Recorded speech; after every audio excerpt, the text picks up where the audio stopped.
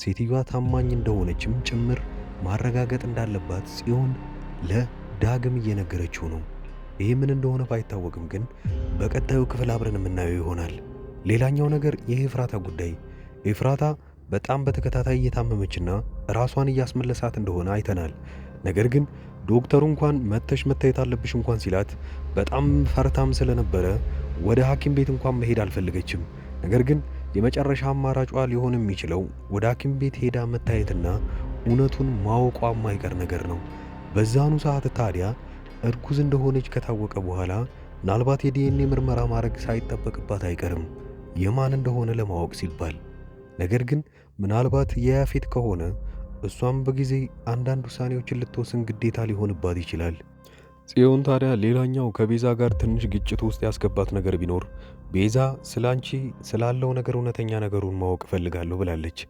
ብዙም ያሳሰባት ቤዛ አሁን ላይ ለእኔ የማትነግሪኝ ከሆነ ከዚህ በኋላ ለምታደርጊው ውሳኔዎች እኔ ግዴታ አይጠበቅብኝም ስላንቺ መጨነቅ ብላ ንዴቷን ገልጻላት ነበረ። ይሄ ምናልባት ከመውደድ የተነሳ ነው ወይንስ ቤዛ ያሰበችውን ነገሮች መረጃዎች እያመለጠኝ ነው ብላ ነው እያሰበች ያለችው? ታዲያ አሁን ላይ ጽዮን እንድትነግራት ግዴታዋ ሆኖባታል የጀመረችውን ፕሮሰስ። ይሄኔ ስጨርስ እነግርሻለሁ ስትላት ቤዛ በንዴት እንዴት ነው አንቺ አደጋ ውስጥ ከገባሽ በኋላ የምትነግሪኝ? ከዛ በኋላ እኔ ልረዳሽ አልችልም። አሁኑኑ ነው ለእኔ መናገር ያለብሽ። የጀመርሽውን ነገር ለእኔ ማወቅ አለብኝ ብላለች። ናታንም በበኩሉ ሥራው ላይ ትኩረቱን አድርጎ እየሠራ ነው እስካሁን ድረስ። ጽዮንም ምን አይነት ችግር ውስጥ እንዳለችና አሁን ላይ ለሱ ብላ እየተፋለመች እንደሆነ እንኳን አያውቅም። ኤፍራታ በዛ ላይ ይህንን መረጃ የሚባለውን ነገር በፍላሽ የነበረውን ከኪስ ውስጥ ስታወጣ ይዟት ነበር እንዳየ ነው። ነገር ግን እሱን አልጠረጠረም ነበረ። እንደውም አብረሽኝ ሁኚ ትንሽ ጊዜ ከአንቺ ጋር ማሳለፍ አለብኝ ብሎ ነበረ ሲጠይቃት የነበረው። አሁንም ቢሆን ታዲያ ፍላሹ እጇ ላይ ነው ያለው። የመጨረሻው ፍላሹን ወይንም ያንን መረጃ ማጥፋት ያለባት ከዛ ሰውዬ ብቻ ነው፣ ከአቤል። አሁን ላይ ኤፍራታ የምታስበው ፍላሹ እጅ የገባ ማለት አሁን ላይ ያፌት ጋር ያለው ቪዲዮ ሙሉ ለሙሉ ጠፍቷል ብላ ነው የምታስበው። ነገር ግን አሁን የቀረው አንድ ነገር ቢኖር አቤል ጋር ያለው ቪዲዮ ነው። እሱም ደግሞ ኤፍራታና ጽዮን አንድ ላይ ሆነው አዲስ መረጃ ወይንም አዲስ ስልት አምርተውለት ይሄ ሰውዬ ራሱ እንዲያጠፋው በማድረግ ሙሉ ለሙሉ መረጃው ወይንም ቪዲዮ ከጠፋ በኋላ ናታን ነፃ የሚያደርጉት ይሆናል ማለት ነው። ናታን ነፃ ከሆነ ኤፍራታም እዛ ቤት ውስጥ ግዴታ መኖሩ አይጠበቅባትም። የምታደርገውን አድርጋ ያ ቤት ውስጥም ያላትን ሌላኛውን ነገር ከጨረሰች በኋላ ከናታን ጋር ምናልባት በቅርቡ አብረው ልናያቸው እንችላለን። ኤፍራታ ምናልባት ሆን ብላ አሁን ላይ ልጁን እርጉዝ እንደሆነች ካወቀች በኋላ አሁን የማን እንደሆነ ዲኤንኤ ምርመራ ካደረገች ምናልባት የናታን ከሆነ አምና ተቀብላ ታሳድገዋለች። ግን ብዙ አብሯት የሚመጡ ችግሮች አሉ። ያፌት ያንን ነገር ካወቀ ከዛ ቤት ሊያስወጣት ይችላል፣ ወይንም ወደዛ ቤት ሊያባረራት ይችላል፣ ወደ ቀድሞ ቤቷ። ያ ሆነባት ማለት ያፌትን ልጥለው ጫፍ ላይ የደረሰው ሙሉ ፕሮሰሷ ወይንም እቅዶቿ እንዳለ ይከሽፉባታል ማለት ነው። በሌላ በኩል ልጁ ትክክለኛ የያፌት ልጅ ከሆነ ናታን እስከ መጨረሻው ድረስ ታጠዋለች ማለት ነው። ለምን እሱ ጋር ልጅ ኖሯት መቼስ አብረው ይኖራሉ ማለት የሚታሰብ ነገር አይደለም። ምናልባትም ደግሞ በጎንዮሽ ትልቁ መጥፎ ነገር የሚሆነው ልጁ የያፌት ከሆነ ነው። አስቡት፣ ልጁ የያፌት እንደሆነ ካወቀች በኋላ ኤፍራታ የማይወሰኑ መጥፎ ውሳኔዎችን ልትወስን ትችላለች፣ በልጁ ላይ ማለት ነው። ያኔ ታዲያ አብረን የምናየው ይሆናል። ሐረግ ድራማ ላይ አሁን ላይ በጣም ሞቅ ያለ ድራማ ሆኖ እያየነው መጥተናል። በተለይ ብዙ ነገሮች አይተናል። እናንተም ብዙ ቅሬታዎችን አቅርባችሁልን ነበረ። ለምንድነው መጥፎ ሰዎች የሚያሸንፉበት ሁልጊዜ የምትሉት? መች ነው እነሱ ፍትህ አግኝተው ወደ ቦታቸው ተደስተው የሚኖሩት የሚለው የብዙዎቻችሁ ጥያቄ ነበረ። ታዲያ ሐረግ ድራማ እንደ ስሙም ሐረግ ነውና ጥልፍልፍ ያለ ነገር ስለሆነ ብዙ መጥፎችን ነገር ብናይ መጨረሻው ያማረና ብዙ ሰዎችን በአንድ የምናይበት ነገር ነው የሚሆነው። ያንን ክፍል በቅርቡ አብረን የምናየው ይሆናል። ሌላኛው ጥያቄዎችን አቅርበን በቀጣይ ክፍል የምንገናኝ ይሆናል። የመጀመሪያው ጥያቄ ጽዮንና ዳግም ምንድን የጀመሩት? ያን የራሳችሁን ግምት እያስቀመጣችሁልኝ። ሌላው የኤፍራታ ጉዳይ ነው። ኤፍራታ ምናልባት ልጁን አርግዛ ከሆነ የማን ይሆንም? ይህንንም አብረን እናየዋለን። ኤፍራታ ምናልባት የናታን ወይንስ የያፌት ከሆነ ምን አይነት ውሳኔዎችን ልትወስን ትችላለች? የቤዛ ጉዳይስ? በቅርቡ ጭራሽ አጠራጣሪ የሆነችው ቤዛ አሁን ላይ መረጃ ነገር ተብሎ ካመለጣት እየተናደደች መጥታለች። ለዛም ነው በግድም ቢሆን መረጃዎችን እያወጣጣቻቸው እነ ጽዮንም እንኳን ቢሆኑ እኔ አንቺን መርዳት አለብኝ ብላ ግዴታ እየሰራች ያለችውን ነገር በግድ እንድትነግራት እያደረገቻት ነበረ። ቤዛ እውነት ተቀይራለች ወይንስ አሁን ላይ ምስኪን ነች? ይህንንም በደንብ ትኩረት ተደርጎበት የሚታይ መልስ ነው መስጠት ያለባችሁ። ሐረግ ድራማ በቀጣዩ ክፍል ሙሉን እስክንለቀው ድረስ በዚሁ ቻናል ላይ ኮሚኒቲ ፖስት ላይ የምንለቀው ይሆናል። እናንተም ለዚህ ቻናል አዲስ ከሆናችሁ ሰብስክራይብ በማድረግ አብራችሁን ቆዩ። ሌሎቻችሁ የምታቁም ካላችሁ እንደዚሁ ምለቅላችሁ ይሆናል። እስከዛው ድረስ ግን መልካም ጊዜ። ውድ የአዳዲስ ቲቪ ተከታታዮች እንኳን ደህና መጣችሁ።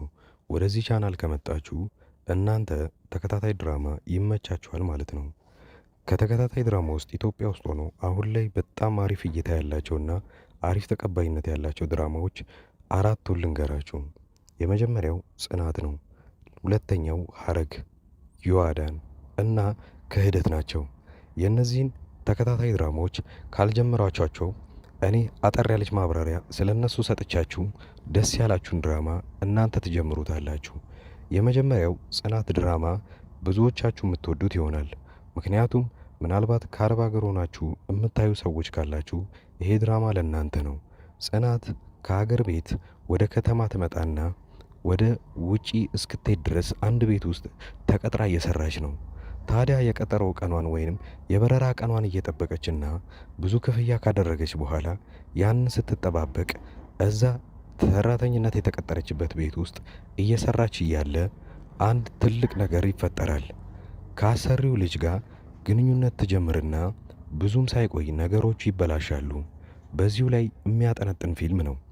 ሁለተኛው ሐረግ ድራማ ላይ ሁለት በትንንሽነታቸው የሚታወቁ በአባት አንድ የሆኑ ወንድማማቾች ነገር ግን ካደጉ በኋላ በጣም ትልቅ ጠላት ሆነው እዛ ላይ የምናየውን ነገር አብረን እናያለን።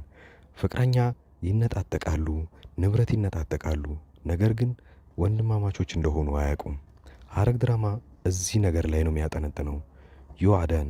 ዮአዳን አንዲት ምስኪን ሴት በባህል ሀብቶችና በትልልቅ ሰዎች የእሷ የሆነን ነገር ለመንጠቅ ሲሞክሩና እሷ ግን ብልጠትነቷን ከነሱ በላይ የምታሳየቸው ፊልምና ብዙ ታሪኮች ያሉበት አሪፍ ድራማ ነው። ሌላኛው ክህደት ነው። ክህደት የሚለው ፊልም አሁን ላይ በጣም አሪፍ እየታየ ያለ ነው። ክህደት አንድ ጓደኛውን በጣም የሚወዱት ሁለት ጓደኞች አሏቸው። ታዲያ በዚህ ጊዜ ጓደኛው የልቤ ጓደኛ ናቸው ብሎ ለእነሱም ማያረገው ነገር የለም። ብዙ ነገር አድርጎላቸዋል። ነገር ግን ትንሽ እንደቆየ ይታመምና በጣም እርዳታ ሲፈልግ ከጓደኞቹ የሚጠብቀውን እርዳታ ሳያገኝ ይቀርና ይልቁኑ በዛኑ ልክ ይጠቀሙበታል። ይሄኔ ታዲያ እሱ ካወቀ በኋላ ምንን ማድረግ እንዳለበትና እንዴት ከነዚህ ጓደኞች ሊበቀል እንደሚችል የሚያሳይ አሪፍ ፊልም ነው። አሪፍ ጥራትና አሪፍ ኳሊቲ ተደርጎበት ካራክተሮችም በጣም አሪፍ የሆኑና የሚያጓጓ ፊልም ሐረግና ክህደት ናቸው። ሁለቱ ፊልሞች ምንም አይነት ንዝናዜ ምናምን ሳይበዛባቸው ወሬም ሳይኖራቸው ቀጥታ ምንም አይናችሁን ሳትነቅሉ የምታዩት ፊልም ነው። ሌላኛው ጽናት የሚለው ፊልም ታሪኩ አሪፍ ሆኖ ነገር ግን ብዙ ወሬዎች ስለሚበዙበት ምናልባት ፊልሙ ሊሰለቻችሁ ይችላል። ነገር ግን ፊልሙ እንደዛ የሚሰለቻችሁ ከሆነ እኔ በየጊዜው የእያንዳንዱን ክፍሎች እንደዚሁ አይነት በትረካ መልክና እናንተን ለጥያቄ ያተሳተፈ ለመልስም አስተያየት እንደሰጡበት አድርጌ አንዳንድ ቪዲዮ ለእያንዳንዱ ክፍል እሰራለሁ። ዮአዳን ድራማ ብዙ ሰዎቹ ስትጀምሩት በጣም አሪፍ ድራማ ነበረ። እስከ ክፍል 40 እና እስከ ክፍል 45 ያለውን ድረስ ብዙዎቻችሁ በጣም አሪፍ አድርጋችሁ ስታዩት ነበረ። ከክፍል 45 በኋላ የዳይሬክተሩ አቅጣጫ ፊልሙን ስለቀየረው ብዙዎቻችሁ ጠልታችሁትና የጥንቆላ ስነ ስርዓትን እያስገባችሁበት እኛ ከዚህ ምን መማር አለብን የሚለውን ካያችሁ በኋላ ለተከታታይ 2 ሳምንታት ፊልሙ ሳይለቀቅ ስለቆየ ረስተውት በዛው ትታችሁት ነበረ። ነገር ግን አሁን ተመልሳችሁ እንድታዩበት እምመክራችሁ አንድ ነገር አለ። ዮአዳን ድራማ ላይ አሁን ዮአዳንና ሳሚ ፍቅረኛሞች ሆነዋል። እዛ ቤት ውስጥ ያለ ወላጅ እየኖሩ ነው ያሉት። ምን ሊያጠፉ ይችላሉ፣ ምን ሊደረግ ይችላል የሚለውን አብረን የምናየው ይሆናል። እዛ ላይ ሂሩት የምትባል አንዲት መጥፎ ሆና የምትተውን ልጅ እዛው አካባቢ ላይ እብደትን ተከናውና ነገር ግን ጤነኛ ሆና እሷ እንዳትታሰር እያየችው ያለውን ስቃይ አሁን ላይ ማየት ይኖርባችኋል ብዬ አስባለሁ። አዳዲስ የጀመሩ ተከታታይ ድራማዎችንና አሪፍ የሚባሉ ፊልሞችን በዚሁ ላይ በአንድ ድምፅ አድርጌ በጥሩ ሁኔታ ተርኬ የማቀርብላችሁ እኔ ዙበይር እባላለሁ። የቻናሌም ስም አዳዲስ ይባላል። እኔን ለማበረታታት ሰብስክራይብ ማድረጋችሁን አትርሱ።